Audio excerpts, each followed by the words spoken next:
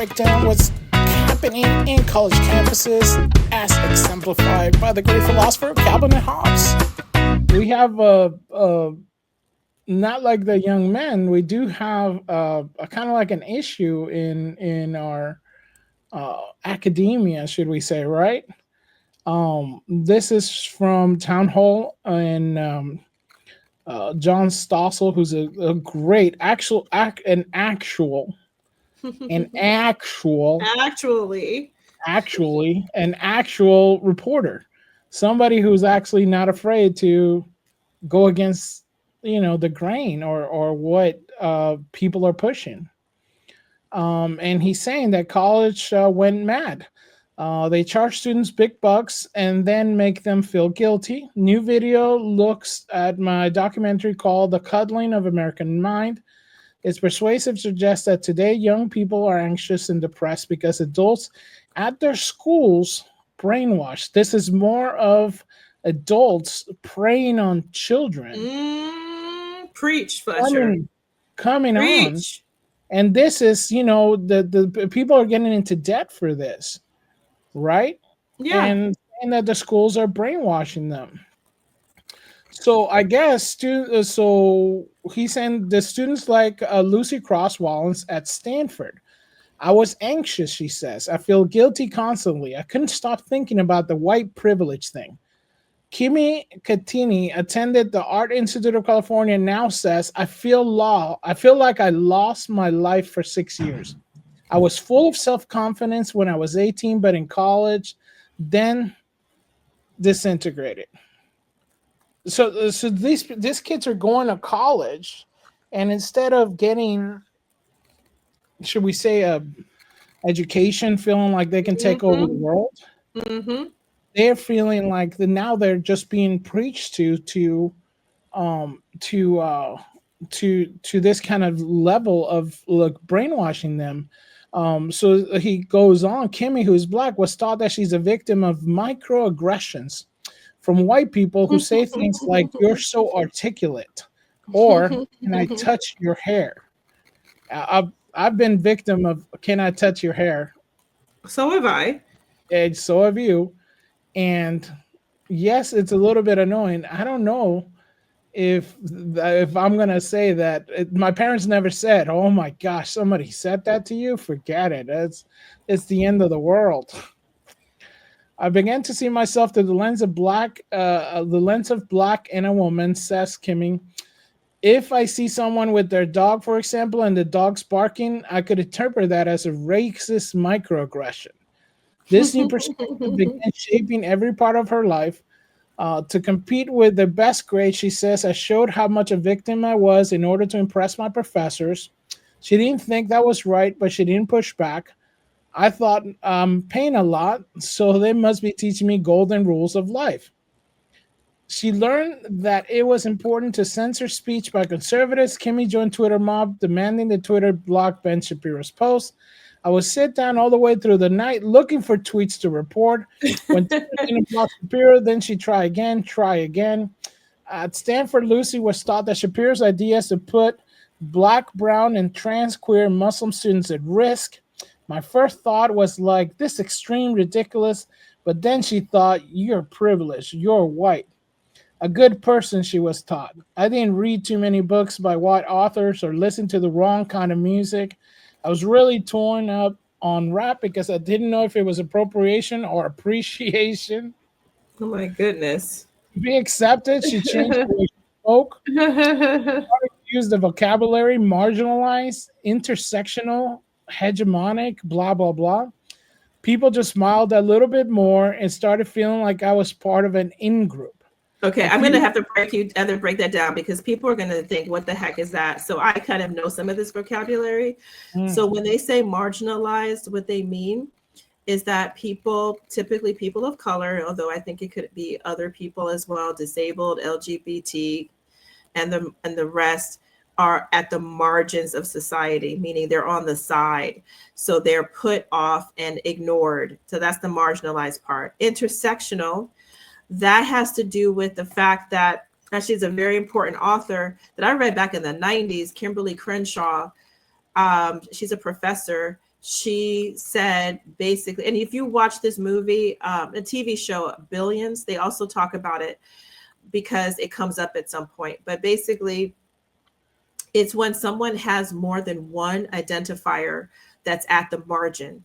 So let's say you're Black and a woman, or you are Hispanic and gay.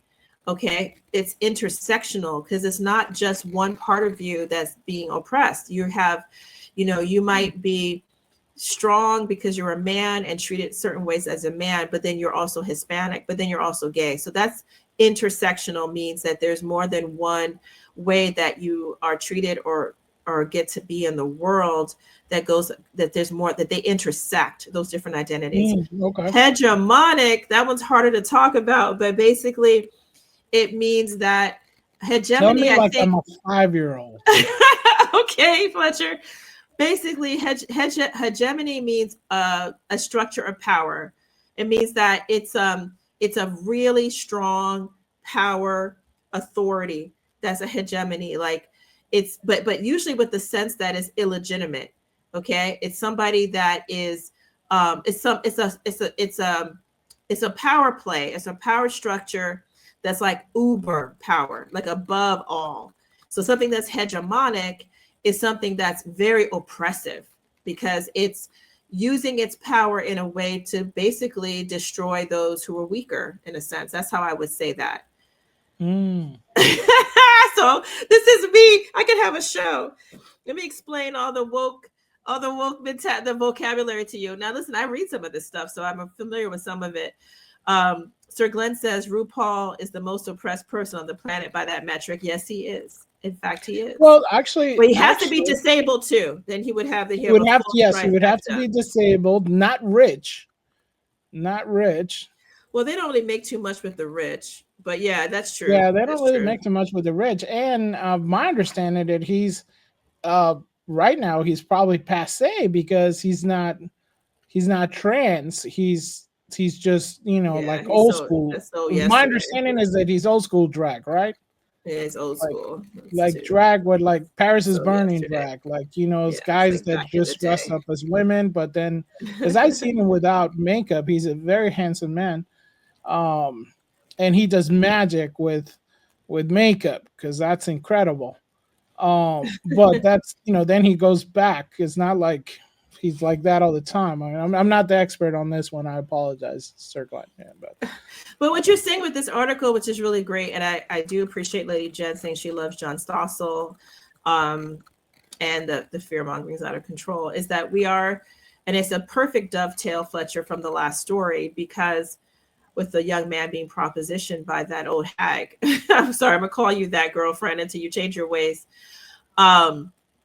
Is that we have violated our children. We send them to college and then have them be fear-mongered about the world, have them become incapacitated with these absurdly infinitesimal concerns, like whether or not you're listening to the wrong kind of music, and whether or not it's a microaggression because somebody's dog is barking at you, and getting hyped up because someone wants to touch your hair. Well, you're different than they are.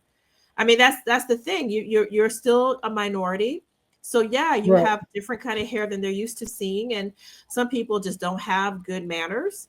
That's a lot of people today. That's another story we could do, Fletcher, is the lack of etiquette.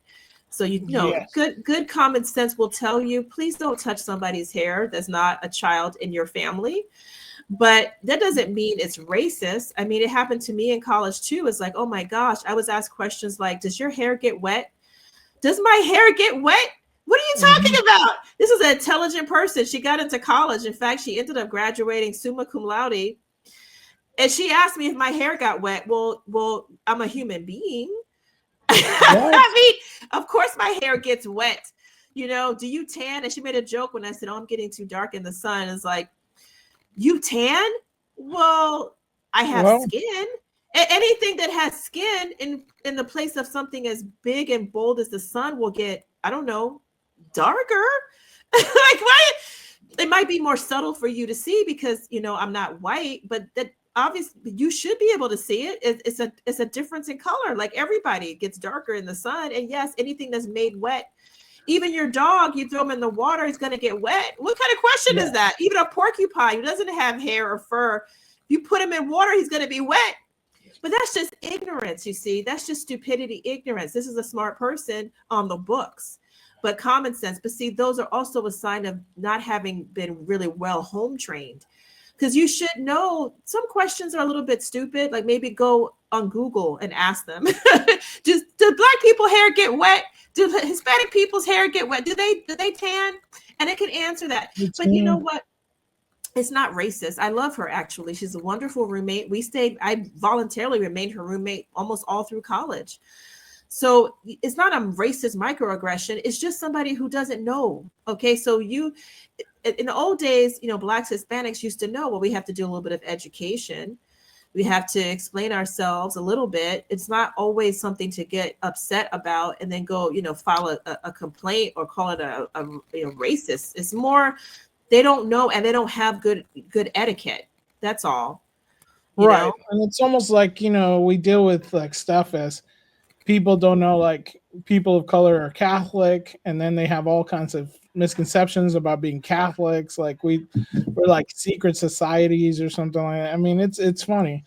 But we're incapacitating kids. They're spending time learning stuff. Like she says, she didn't listen to read books by white people. That's crazy. White authors have a lot to offer.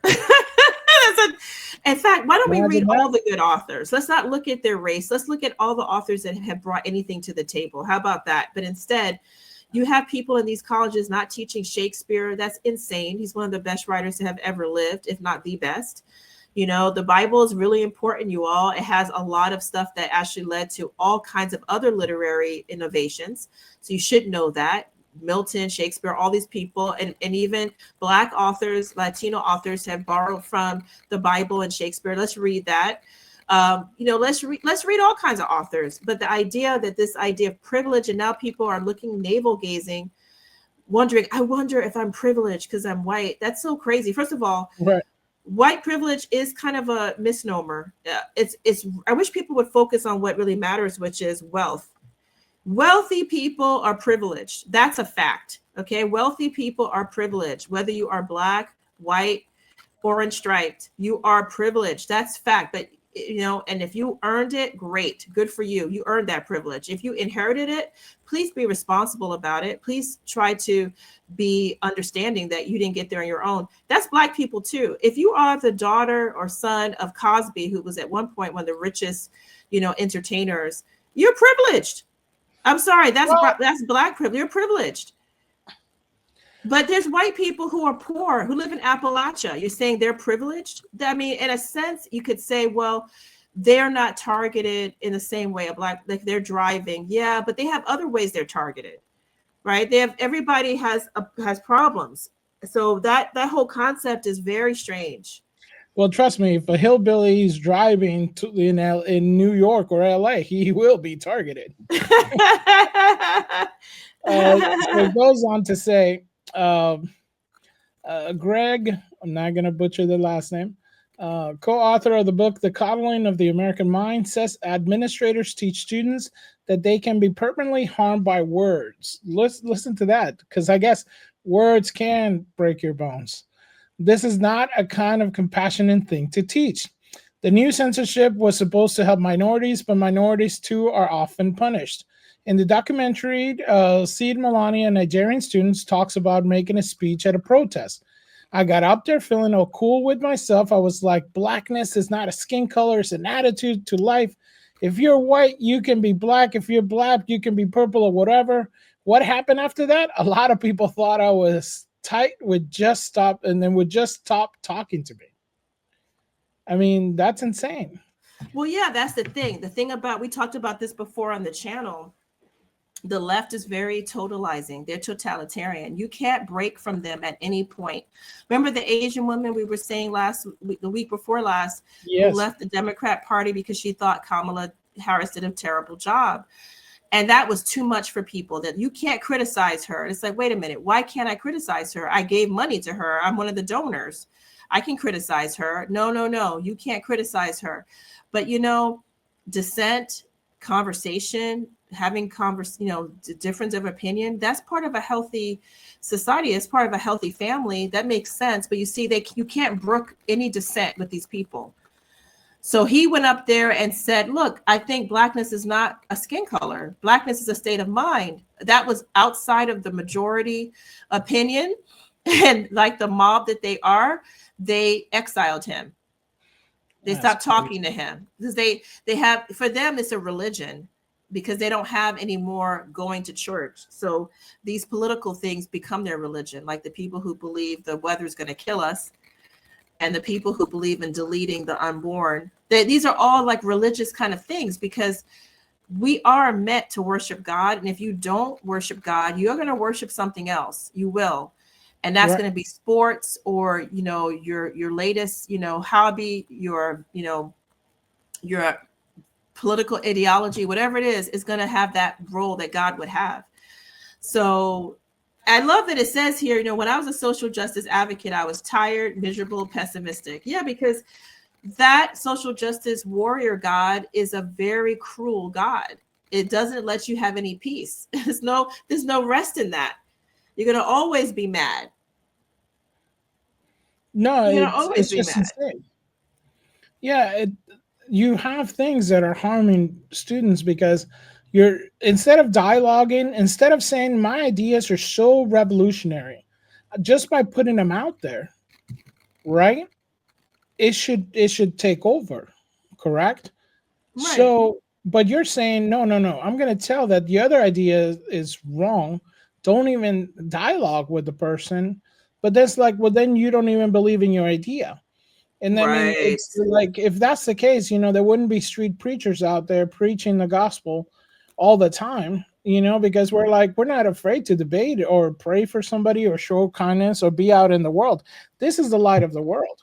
The problem is that they're putting it, how the gospel says you put, light cannot be hid. It can't be put under a bushel. And they're saying my light, which is their belief in this system of racism and all this kind of stuff, my light is so dim that I have to, hide your light. Right. Exactly. So how much of a light could it actually be? I think we should do a show on college and also etiquette. I like what Sir Glenn says. He told someone that he had all his teeth pulled and decided not to wear dentures. They asked me how I went about brushing my teeth, some people's kids. It's like, we do need to talk about the lack of common sense among the young and the fact that they don't know basic etiquette. They don't have basic etiquette. Etiquette. Right. I think that would do better in college to teach them than all the stuff they have to learn about microaggressions and white privilege. Teach them how to work hard, how to have some self-reliance, and to actually be polite. Because that's what I noticed. They don't seem to have basic etiquette anymore. So that's why they have constant friction, because they don't know how to talk to each other. Let us know what you think. Like, share, and subscribe.